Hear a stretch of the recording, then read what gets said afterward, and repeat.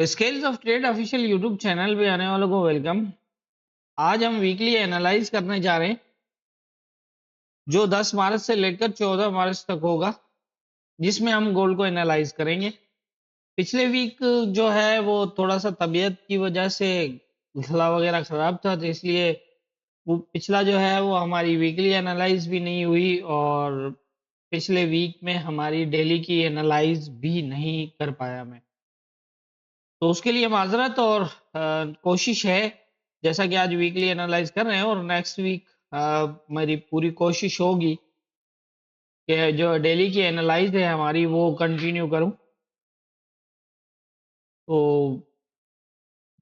देख लेते हैं कि इस टाइम क्या गोल्ड की पोजीशन बनी हुई है। फिलहाल अगर हम बड़े टाइम फ्रेम में देखें तो एक रेंज मूव कर रहा है, लेकिन ऐसा देखें अगर डे तक देखें तो तकरीबन एक ट्रेंड ही शो कर रहा है।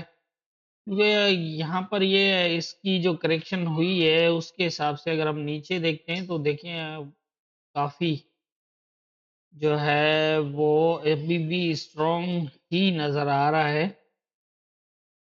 लेकिन खैर मार्केट है, जैसा कि आप जानते हैं कि हमारे जो है वो एनालाइज सिर्फ लेवल्स के बेस पे होती है, ना इंडिकेटर ना पैटर्न। तो यही है कि हमारे पास एक लेवल हमें इंडिकेट करता है, उस एक लेवल की जो कंफर्मेशन होती है वो हमें इंडिकेट करती है कि सेकंड मार्केट क्या पोजीशन बनाएगी। तो इस टाइम जो कंडीशन है, अगर ये एक रेजिस्टेंस एरिया करीब तरीन बनता है, इसको पूरा जोन ब्रेक किया है लेकिन क्लोज डे में नहीं लगा। अब सेकंड जो रेजिस्टेंस बनता है 2940 से 47 है, और ऊपर जो अभी टेस्ट नहीं है 2961 और 2975। नीचे की पोजीशन अगर देखें तो ये एक काफी इंपॉर्टेंट लेवल है 2830 के आसपास का, जो इसने पिछले टाइम में करीब तर टेस्ट किया है। और इस सपोर्ट की अगर हम बात करें, ये एक मिडिल सपोर्ट बन रही है इस रेजिस्टेंस और इस एरिया के बीच में। अब इस रेजिस्टेंस की पोजीशन जो है वो आप हम जहां तक देख रहे हैं कि पूरा जोन ब्रेक है।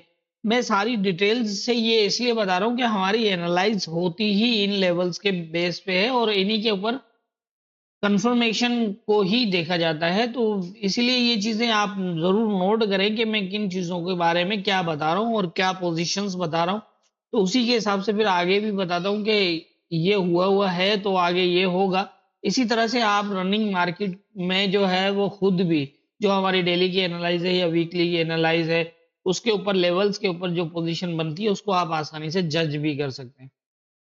तो अब भी जो करंट पोजीशन है, अब जैसा कि ये लेवल ब्रेक हुआ है, नीचे सपोर्ट टेस्ट नहीं है, इसको टेस्ट नहीं किया इसने। अब बिल अगर हम इन दोनों एरियाज को देखें तो तकरीबन 70% नीचे और 30% ऊपर का एरिया है रेजिस्टेंस और सपोर्ट के बीच में।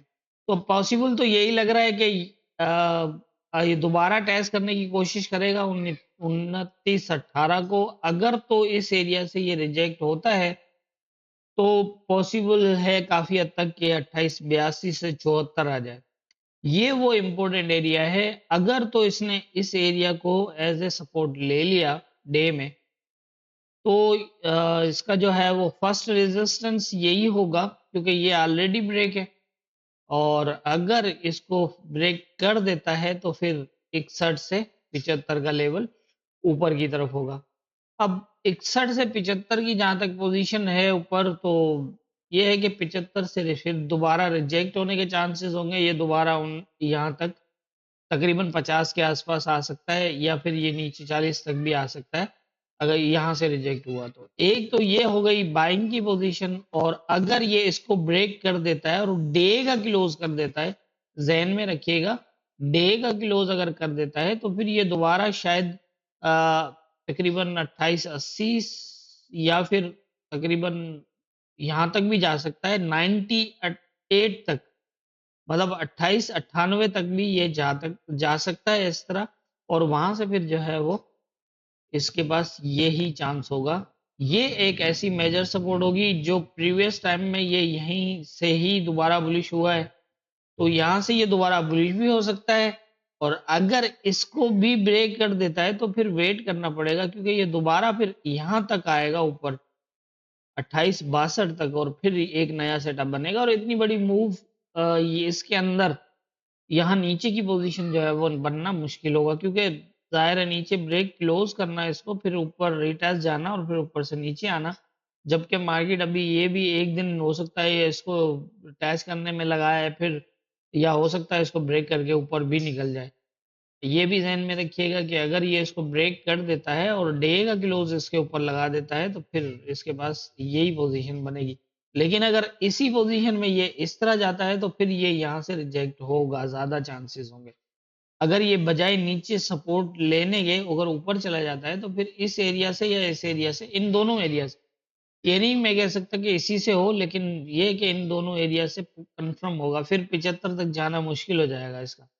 और ये भी पॉसिबल है कि ये फिर जो इसका ये प्रीवियस क्लोज है, टॉप एरिया से ये प्रीवियस जो हाई है इसको भी टेस्ट करके नीचे आ सकता है, इस तरह जाए। लेकिन अगर ये नीचे आके और सपोर्ट बना के जाता है तो फिर यहाँ से एक अच्छी और फास्ट जो है वो ऊपर की मूव लग सकती है। तो मेरे नजदीक अभी जो करंट पोजीशन है वो गोल्ड के अंदर नेक्स्ट वीक के अंदर यही नजर आ रही है। बाकी होना क्या है ये तो ऊपर वाला बेहतर जानता है, दुआओं में याद रखिएगा।